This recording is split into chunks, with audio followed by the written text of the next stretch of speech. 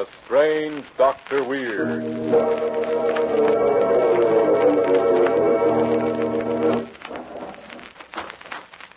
Good evening.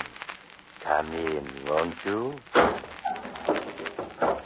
Why, what's the matter? You seem a bit nervous. Perhaps it would help calm you if I told you a story that I just heard. A strange story about a raven, black as sin, that could talk like a man. I call my story The Dark Wings of Death.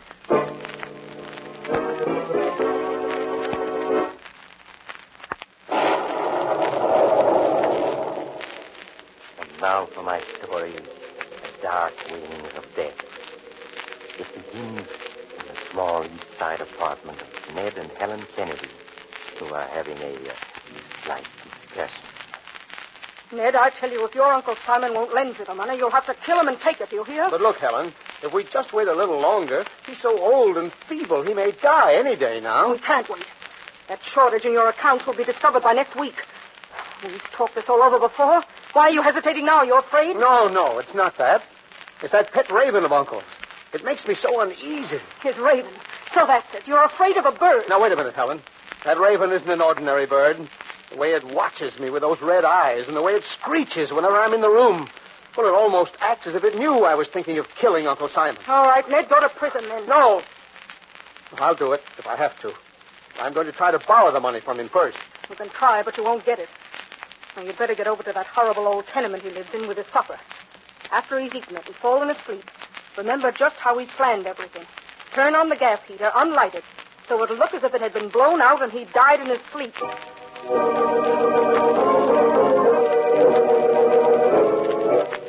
A few minutes later, Ned Kennedy was entering a small, bitterly cold room on the top floor of an ancient tenement building that stood on the very banks of the East River, its windows looking directly down on the cold, gray water. In a bed against the wall, a white-haired old man lay, his face lighting up with malicious amusement as Ned entered. On the head of the bed perched a huge black raven, and as it saw Ned, it flapped its wings angrily. Quiet, Lucifer. Come on in, Ned.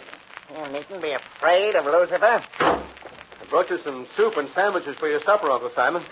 I'll put them on the table here. Not poisoned, are they, Ned? Not poisoned by that pretty little devil you married? Uncle, for heaven's sake, don't be absurd. Here, eat your supper before the soup gets cold. All right, Ned. Now then, what's on your mind? You want something, I can tell. Out with it, Ned. All right, Uncle Simon. I'm $4,000 short in my accounts at the gas company. Huh? I've got to replace the money this week or I'll be caught. And you want me to lend it to you, is that it? Please, Uncle. You've got to.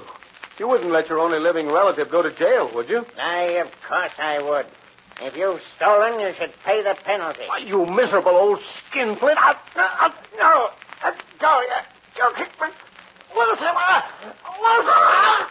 No, get away from me. Get away from me. He's trying to get in my eyes.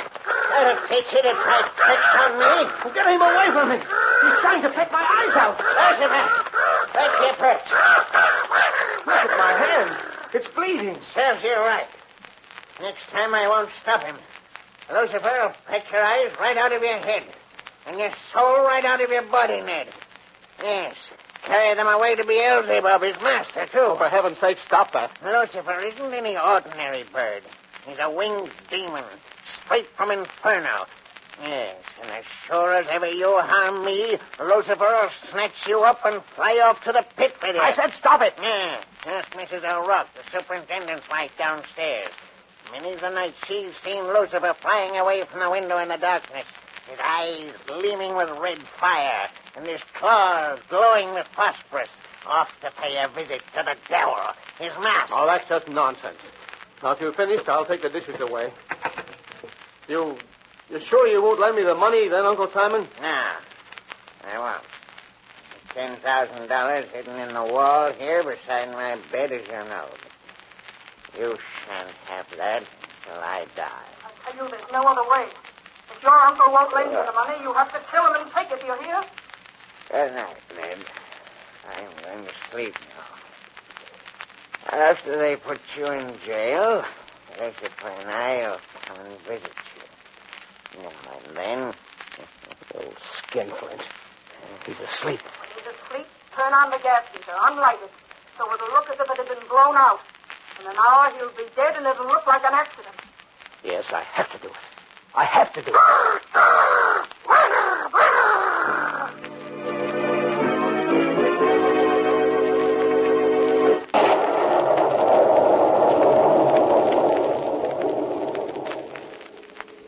And now to continue my story, the dark wings of death.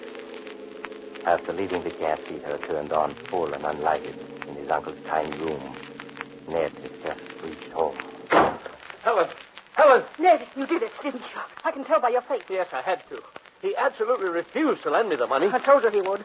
You got it anyway, didn't you? Where is it? Let me see it. Why, I haven't got it yet. You haven't? Why not? Well, I couldn't get it until he was dead, of course. Till the room was filled with gas and he's breathed it for a while. Oh, yes, of course. But I said it'd be easy, and it was, wasn't it? Yes. Except for the raven. It attacked me. Look at my hand. Just a scratch. Don't tell me you're still worried about that bird. Well, suppose it attacks me again when I go back for the money. Forget it. The raven will be dead, too. The gas will kill it. Oh, yes, of course. In any case, I'm going back with you. We'll wait until midnight. He's sure to be dead by then. Oh, and another thing. The room will be full of gas. We'll have to wear masks of some kind. Masks? Why, I hadn't thought of that. Well, I did. As auditor, you have keys to the gas company office. We'll go down now and get 2 of the masks the workmen use when they're repairing leaks in the mains. In the morning, you can replace them and no one will ever know.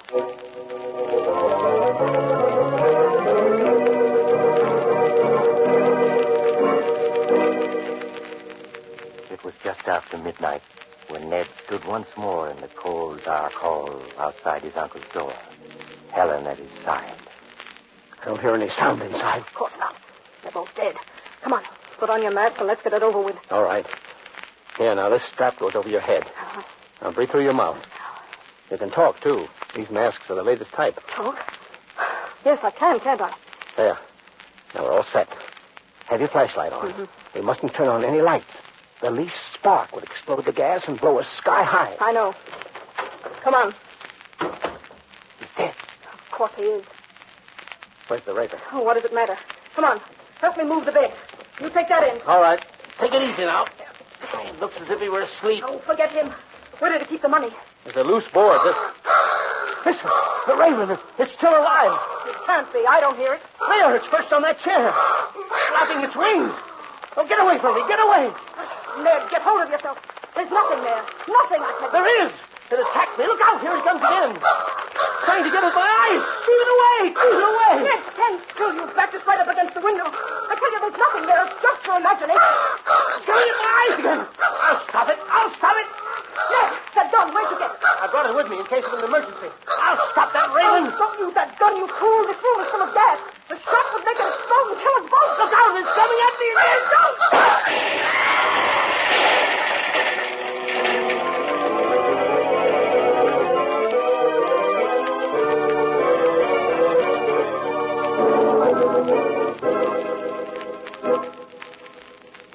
A short time later, Mrs. O'Rourke, wife of the superintendent, was telling the police a strange story. Just at midnight it was, officer.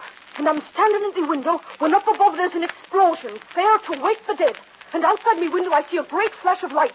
And what else do you suppose? You've already told us, Mrs. O'Rourke. You saw a man and a woman blown clear out through the window and into the river down there. Blown out nothing. They was flying through the air, holding on to each other.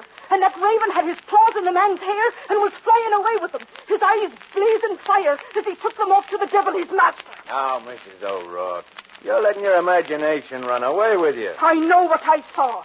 But you can't have seen that, because we found the raven dead on the floor beside the old man's bed. The gas had killed the 2 of them, both together.